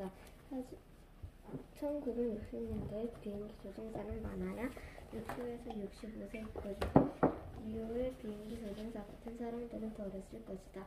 1990년대에는 60에서 65세보다 나이가 많은 사람들은 거의 없었을 것이다. 따라서 누가 죽어도 65세 이하였을 것이다. 미국의 명문대에서는 90%가 취업한다고 했지만 취업을 못하고 취업 못했다고 설문조사했으려면 짜증나서 취업을 못했다고 하는 사람들은 남자갔을 것이다.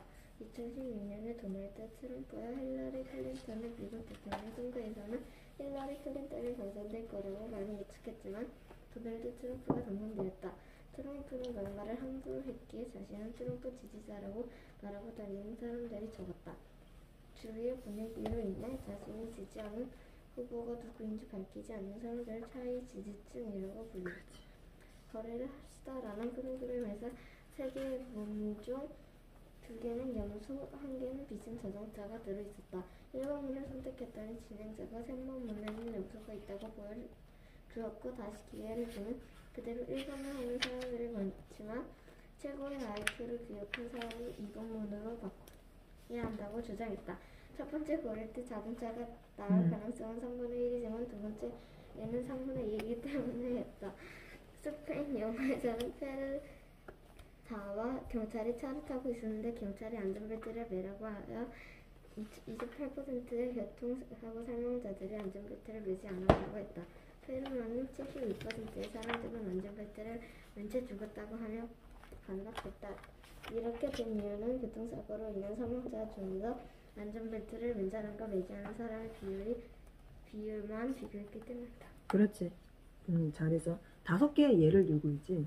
통계의 함정이라는 거야. 기준을 어디다 세우고 모집단을 몇 명을 누구를 하냐에 따라서 통계의 수치는 완전히 달라지는데 재미있는 건 이 통계를 정치화하고 과학자들이 많이 이용을 하지.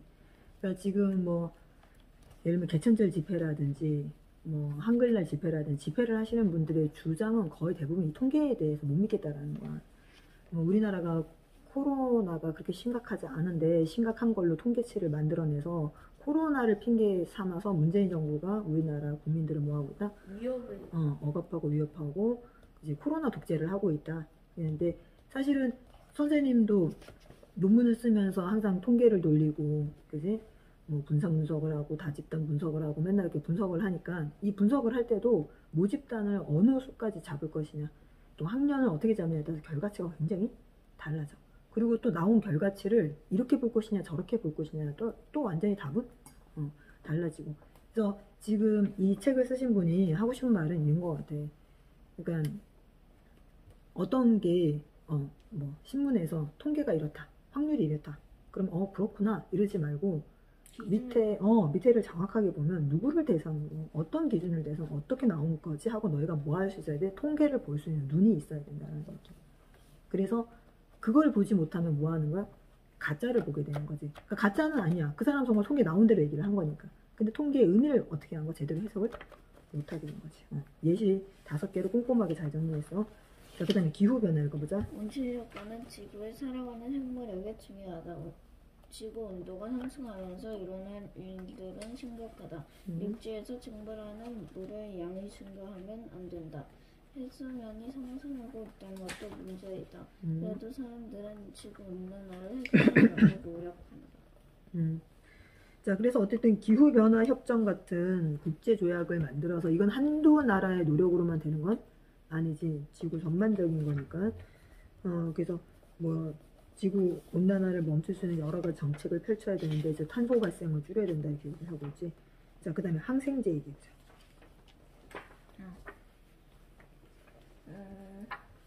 뭐였지?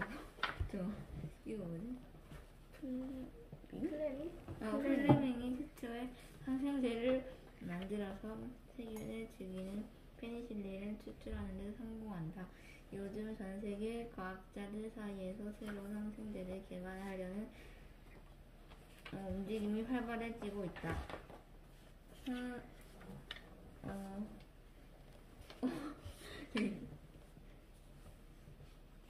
망상조합? 윤아야, 네가 정리하고 네가 그 글씨를 못 알아보면 자, 책을 이렇게 앞뒤를 찾아가면서 네가 그걸 정리할 때 어느 부분에 있던 글자를 정리한 거지 감을 잡을 수 있잖아. 그걸 빨리빨리 왔다 갔다 하면서 찾아내야 돼. 최악의 경우를 대비하는 것이 미래에 있을 거라고 미래에 있을지도 모르는 큰 피해로부터 사람들은 윤아야, 자, 뭐 정리한 거 네. 병을 일으키는 원중 하나는 세균이다. 세균은 항생제로 치료할 수 있다.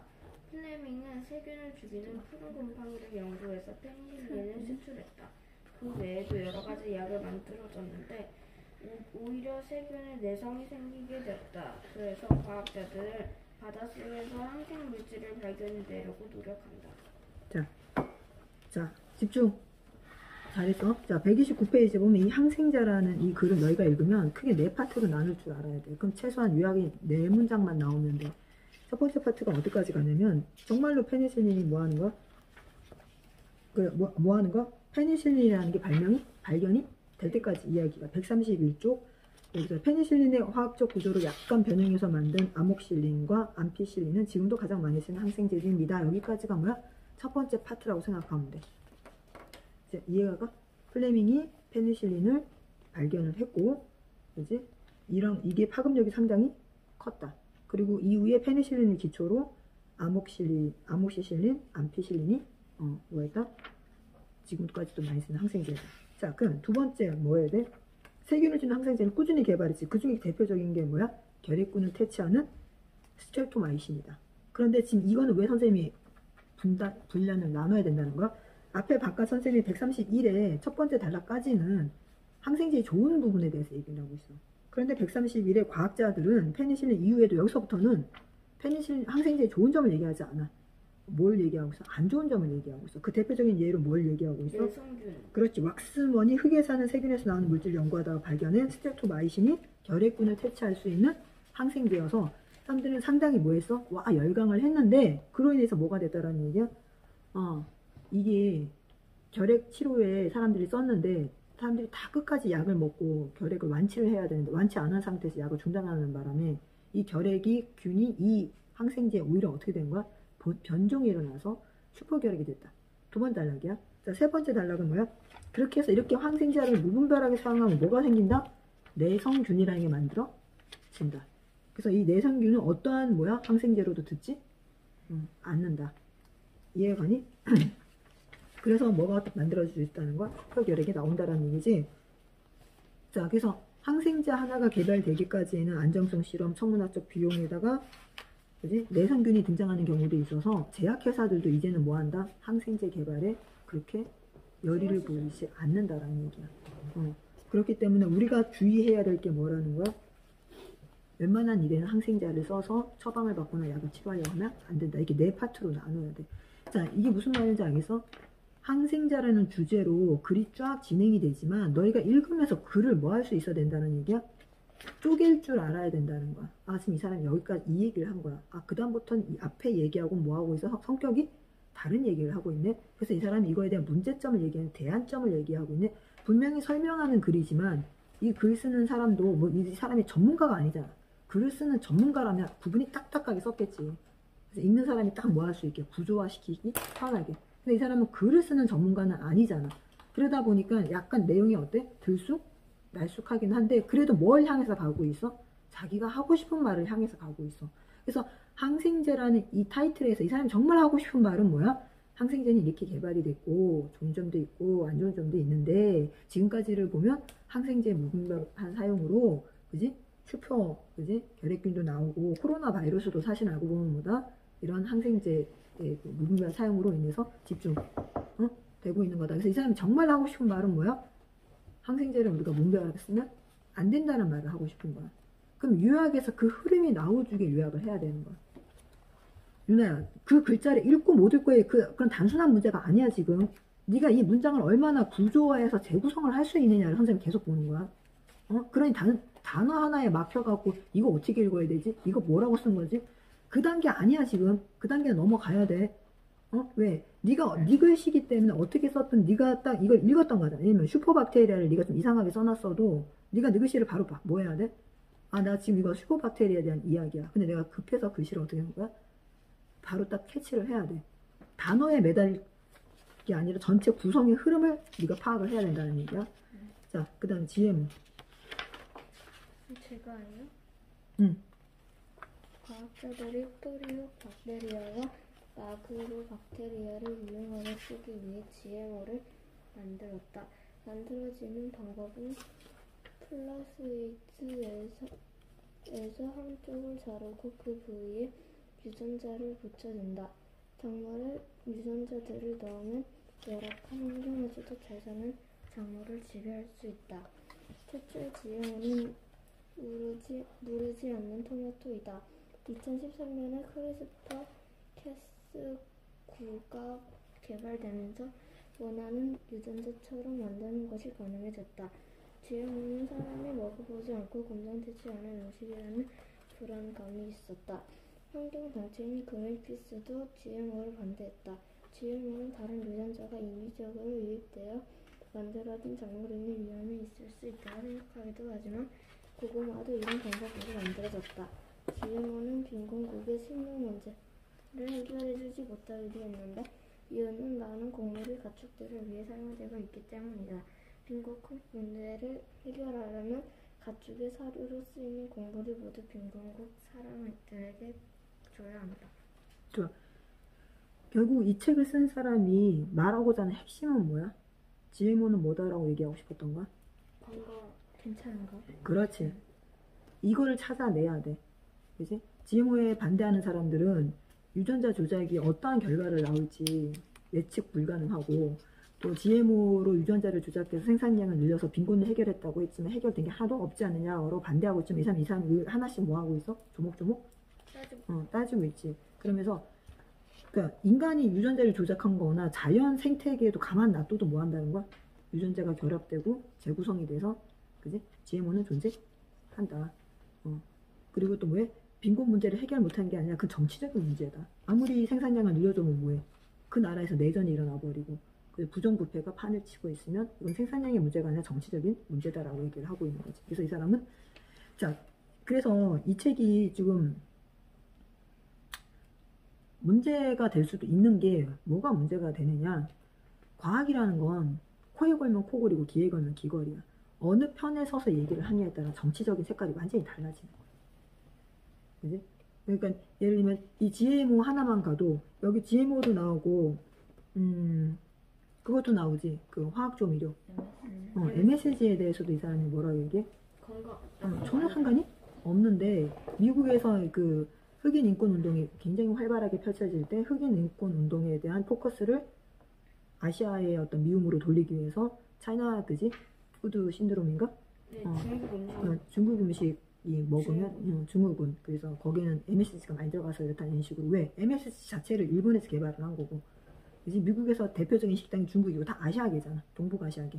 그러니까 이쪽을 타겟으로 삼기 위해서 대놓고 타겟으로 삼지 않고 은연중에 돌려서 타겟으로 삼은 거지. 쉽게 얘기하면. 그러니까 어느 쪽 방향으로 정치색을 삼고 과학기술을 설명하는 이거 아까 뭐하고 통계하고 똑같은 거야. 과학기술에 대한 지식이 어느 쪽 사람이 본냐에 따라 완전히 달라져 버린다. 그러면 이 책이 이렇게 해서 GMO는 괜찮다라고 주장하면 또 반대 측은 없을까? 있죠. 있어. 그러면 읽어보면 그쪽도 그쪽 나름대로 과학적 진실과 사실, 통계를 다 대면서 뭐해? GMO는 절대 받아들여선 안 된다라고 얘기해. 그래서 사실은 어느 쪽이 정답이냐? 그럼 선생님이 그쪽 전문가도 아니고 최신의 논문을 읽은 것도 아니고 읽는다고 해도 뭐야? 결국은 판단은 누가 해야 돼? 본인이 해야 되는 거기 때문에 그냥 너희는 이 책 읽으면서 이 사람이 이렇게 논리적으로 설명을 하고 있구나. 그 논리성이 이렇구나라고 하고 그러니까 나는 GMO를 난 상관없이 먹을 거야. 아니면 GMO는 절대 먹을 수 없어. 이런 식으로 남의 글을 읽고 자기 주관을 판단하지는 말라는 거. 아직까지 너희는 끊임없이 뭐 해야 돼? 더 알아보고 정보를 수집해야 되지. 자, 그 다음에 팬데믹. 이분이 이 글을 쓸 때는 코로나 팬데믹은 아직 존재하지 않았을 때야. 근데 코로나 얘기 나와. 나오기는 나오는데 코로나 얘기도 뭐 전 세계에 뭐 뻔히 얘가 이 글을 쓸 때만 해도 팬데믹이라는 걸 코로나로 전 세계가 팬데믹이 된다고 생각하고 쓴 건 아니야. 그럼 이 책 만들었다가 또 다 코로나19 나왔을 때 또 조금 더 쓴 거예요? 그럴 수도 있고 그리고 코로나19에 대해서도 아주 그렇게 자세하게 나와 있지는 않아. 아직까지 이거 책을 쓸 때만 해도 전 세계 과학자들은 코로나19 이후에도 앞으로도 팬데믹이 일어날 것으로 맞아. 그렇게 쓰고 있지만 이 글을 쓸 때 자체에는 팬데믹이 선언이 되기 전이었을 거야. 자, 팬데믹 읽어보자. 세계보건기구에서는 전염병이 심각해지면 팬데믹을 선포해 대처하고 있다. 코로나19는 코로나 바이러스가 돌연변이를 일으켜 생겨난 것이다. 바이러스는 돌연변이가 일어나기 쉽다. 코로나19는 감염 속도가 아주 빠르다. 전 세계 인구가 많아져서 2000년 이후로 신종 전염병이 자주 발생하고 있다.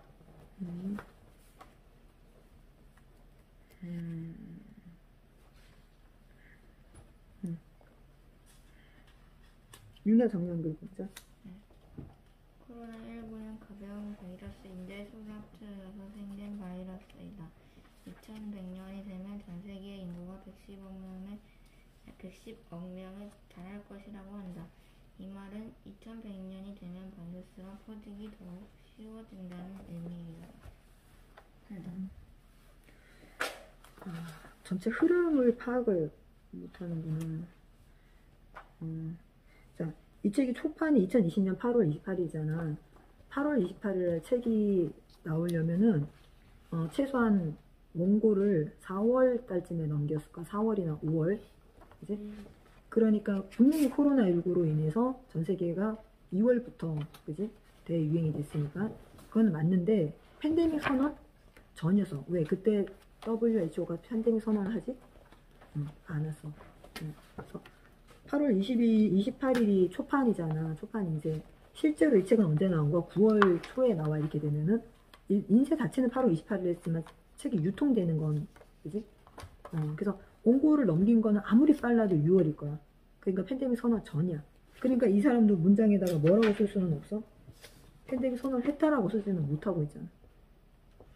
무슨 말인지 알아? 그 팬데믹을 선언해야 될 정도로 코로나19가 굉장히 신종 바이러스로 전 세계에 확산됐다. 이 정도의 문장이지. 자, 그 다음에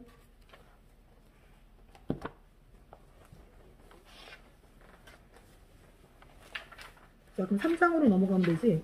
자, 이거를 그러면 10에서 16까지 했으니까 8개. 3장이 8개 있나? 4, 6, 8, 9개 있구나. 원자력, 그 다음에 바이오에너지, 생화학 무기, 유전자 바이오. 유전자 바이오가 아까 GMO랑 같이 연결되었으면 좋았을 텐데. 하나, 둘, 셋, 넷, 5개. 자, 몇 개씩 나가면 돼? 4개, 5개 아니면 5개. 4개, 5개?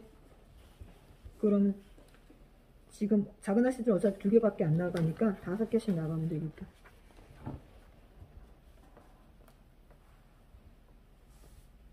십 17장부터 읽으면 되는 거지? 하나, 둘, 셋, 넷, 5. 탈리노마이드까지 가자. 20. 탈리노마이드. 그 다음에 왕건 봐봐.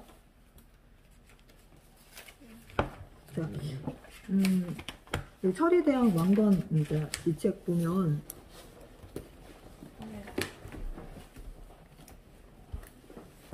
왕건의 어떤 그 행적을 3파트로 나눌 수 있지. 첫 번째 파트가 뭐라고 해야 돼? 왕건이 이제 쭉 어린 시절을 겪고 나서 뭐 할 때까지 반정을 일으켜서 후고구려의 그러니까 고려의 왕이 될 때까지, 그 다음에 고려의 왕이 돼서 뭐 할 때까지, 후삼국을 통일할 때까지. 그리고 나머지는 이제 뭐인 거야? 후삼국 통일 이후에 고려를 안정시키고 그 어떤 기초를 다질 때까지 이야기라고 봐야 되겠지. 자, 여기에 보면은 근데 제가 이거 책을 못 가져왔어요. 책을 자, 그럼 어떻게 해야 돼? 자, 일단 12페이지에 보면 왕기가 서린 송악산 기스 이렇게 해갖고 이제 신라 말기의 정치적인 상황에 대해서 설명을 하지. 그러면서 이제 왕건의 어떤 탄생과 관련된 이야기를 먼저 시작해.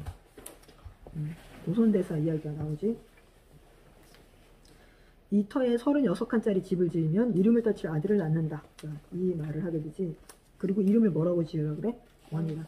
이게 실제냐 아니냐 뭐 그게 중요한 게 아니라 그만큼 뭐에 따르는 게 이제 왕건이 이게 우리가 항상 건국 신화를 보면 그 나라를 세운 사람은 되게 특별하지. 조상부터 특별하고 태어나는 것부터가 특별하고 뭔가 좀 이런 어떤 왕건은 그나마 좀 평범해. 그래 평범하지. 그러니까 이성기는 더 평범하고 어떤 때 뭐라고 해야 되나 뭔가 좀 신적인 스토리가 있어야 사람들이 뭐라고 생각해? 진짜 떠왔던 진짜. 그렇지. 그래서 이런 이야기가 만들어지는 거죠. 쭉 해서 왕건의 탄생과 관련된 이야기가 쫙 나오지. 뭐 작재건 이야기부터 시작해서 용곤 이야기 나오고 그 다음에 태어난 게 왕건. 그지?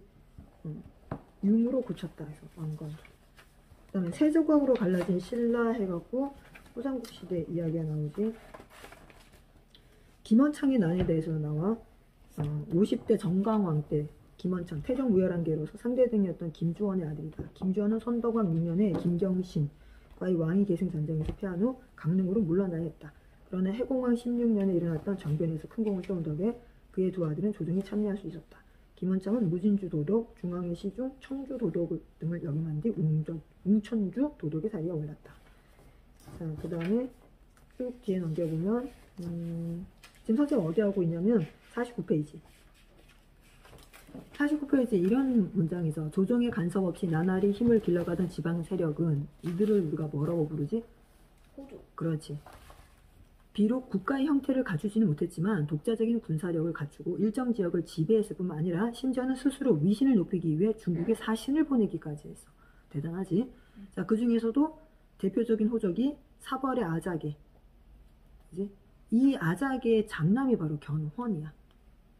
그지? 후삼국 후백제를 세운. 그 다음에 죽주, 지금의 안성의 기혼, 청주의 청길, 북원, 지금의 원주의 양길. 이 양길이 바로 양길의 사위가 궁예야. 양길한테 딸이 있고 그 딸의 남편이 궁예. 자, 중원, 지금의 충주의 원회 등의 세력이 막강해였다. 그래서 우리가 일반적인 역사책에는 이런 사람 일까지 나오지가 않잖아. 물론 아주 전문가가 보는 역사책은 다 나와. 근데 이제 그렇게 보기 힘든데 왕건 역사책은 이제 이런 그지 호적의 이름까지 쭉 나오지. 그리고 이들 호적 중에 토너먼트식으로 뭐해? 나뉘고 해서 딱 두 개가 되는 거지. 후고구려하고 후백제. 자, 그래서 52쪽 보면 이제 뭐에 대해서 나와? 궁예에 대해서 나와. 궁예도 이제 신라의 왕족이었고 도망가다가 손가락에 눈에 찔려서 외눈이 되고 하는 그런 스토리가 쭉 나오지. 궁예 이야기가. 자, 궁예 이야기 빼고 신라의 몰락과 궁예의 나라.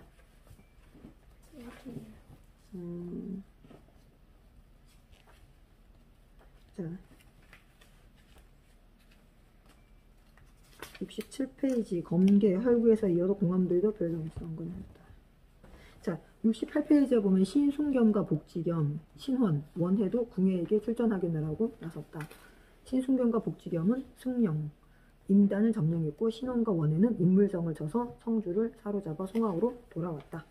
이렇게 하면서 쭉쭉 왕건이 공적을 세우는 이야기가 쭉 나오지. 자, 75페이지. 자, 요 챕터 75페이지에 그럼 정리한 글이 쓰여 있을 것 같은데 맞나? 75페이지 읽어보자. 왕건은 궁예의 혈압을 받고 군사 1000명을 이끌고 신라의 혈구를 공격했다. 궁예는 세력이 커졌고 팔관을 열기도 했다. 양길은 궁예가 자신을 배신했다고 생각하며 공격했다. 왕건이 군대를 이끌고 양길과 맞서 싸워서 양길을 죽였다. 자, 그 다음에 89페이지에 보면은 궁예의 야망과 왕건의 야망이라는 이야기가 나와. 이제 여기서 이제 두 호족 세력이 서로 뭐 하고 있는 거야? 이게 두 호족 세력이 서로 좀 맞서고 있는 이야기가 나오지. 자, 101쪽 누나 정리한 거 읽어봐봐.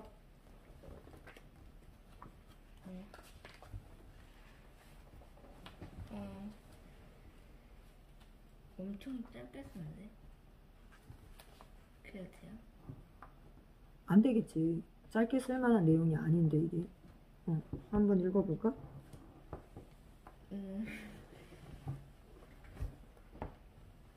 자, 궁예의 야망과 왕건의 야망이란 제목에서 딱 나오듯이 지금 두 세력이 뭐 하고 있는 거야? 세력 다툼, 권력 다툼을 스타트했다란 얘기지. 권력 다툼을 하며 궁예는 나날이 포악해져.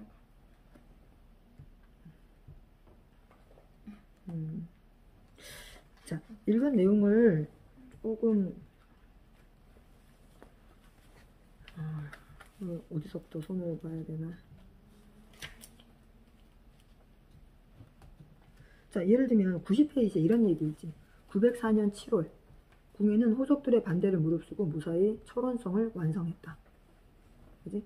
궁예는 성이 완성되자 청주의 민호 1,000호를 철원성으로 옮겨 살게 했다. 철원성으로 이주한 청주 사람들이 나의 새로운 측근이 될 것이다. 앞으로는 철저하게 송악 세력을 배제하고 청주 세력을 측근으로 삼아 나라를 이끌 것이다. 자, 그럼 요거를 재구성하면 어떻게 재구성할 수 있어?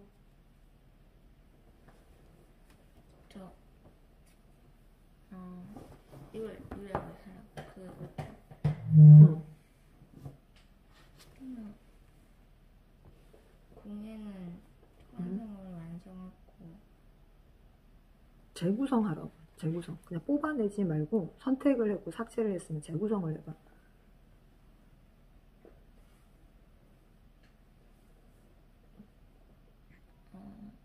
선생님이 읽을 때 들었어? 아니 어떻게 자, 904년 7월 궁예는 호족들의 반대를 무릅쓰고 무사히 철원성을 완성했다. 그럼 여기서 선택해야 되는 게 뭐야? 선택해야 되는 건 904년 7월 철원성 완성이지. 그지? 또 선택해야 되는 건 뭐야? 호족의 반대야. 반대했음에도 불구하고 이 사람이 철원성을 강행을 해서 완성했다라는 얘기야. 궁예는 성이 완성되다 청주의 민호, 민간 집이라는 얘기야. 1,000호를 철원성으로 옮겨와 살게 했다. 아, 그럼 여기서 선택해야 되는 건 뭐야? 청주의 민호 1,000호야. 1,000 가구, 1,000 집안, 집. 아빠, 엄마, 아이 이렇게 한 세트. 그래, 1,000호. 자, 그러면서 여기 말칸이 나오지. 말칸으로 나오든 말칸이 아닌 그냥 문장으로 나오든 결국 뭐 얘기하는 거야? 왜 이렇게 했는지 이유가 이제 나오겠지. 철원성으로 이주해온 청주 사람들이 나의 새로운 측근이 될 것이다. 앞으로는 철저하게 송악 세력을 배제하고 청주 세력을 측근으로 삼아 나라를 이끌 것이다. 자, 여기서 핵심으로 너희가 선택해야 될 게 뭐야? 청주 세력이지. 자, 그러니까 한마디로 궁예는 자신의 측근 세력이 뭐가 될 거라고 생각한 거야? 청주 세력. 그렇지. 자, 궁예는 청주 세력을 측근 세력으로 삼아, 그지? 자신의 권력을 다지기 위해 철원성 완성을 고집했다. 그지? 철원성, 그지? 건축 반대에도 불구하고 강제적으로 뭐했다? 완성했다. 904년 7월 완성했다. 이렇게 재구성을 해야지. 궁예는 철원에서의 새로운 정치에 거는 기대가 컸다. 국호를 마진이라고 치고 연호를 성책이라 정한다. 자, 짧은 파트지만 이 짧은 파트에서 네가 뭘 찾아낼 수 있어? 궁예가 어떤 정치적 실권을 장악하기 위해서 반대에도 무릅쓰고, 그지? 청주 세력을 자기의 뒷배경으로 삼아 철원성을 완성하고 국호를 마진으로 삼고, 그지? 904년에 성을 완성했다라는 거야. 뭐 하기 위해서? 권력을 뭐 하기 위해서? 빼앗기지 않기 위해서. 지금 이렇게까지 한다라는 건 궁예의 권력이 안정적이지 않다라는 거야. 안정적이지 않으니까 반대에 불구하고 성을 새로 지어서까지 뭐 하고 자기 사람들을 끌어들여서까지 뭐 하려고 하는 거야?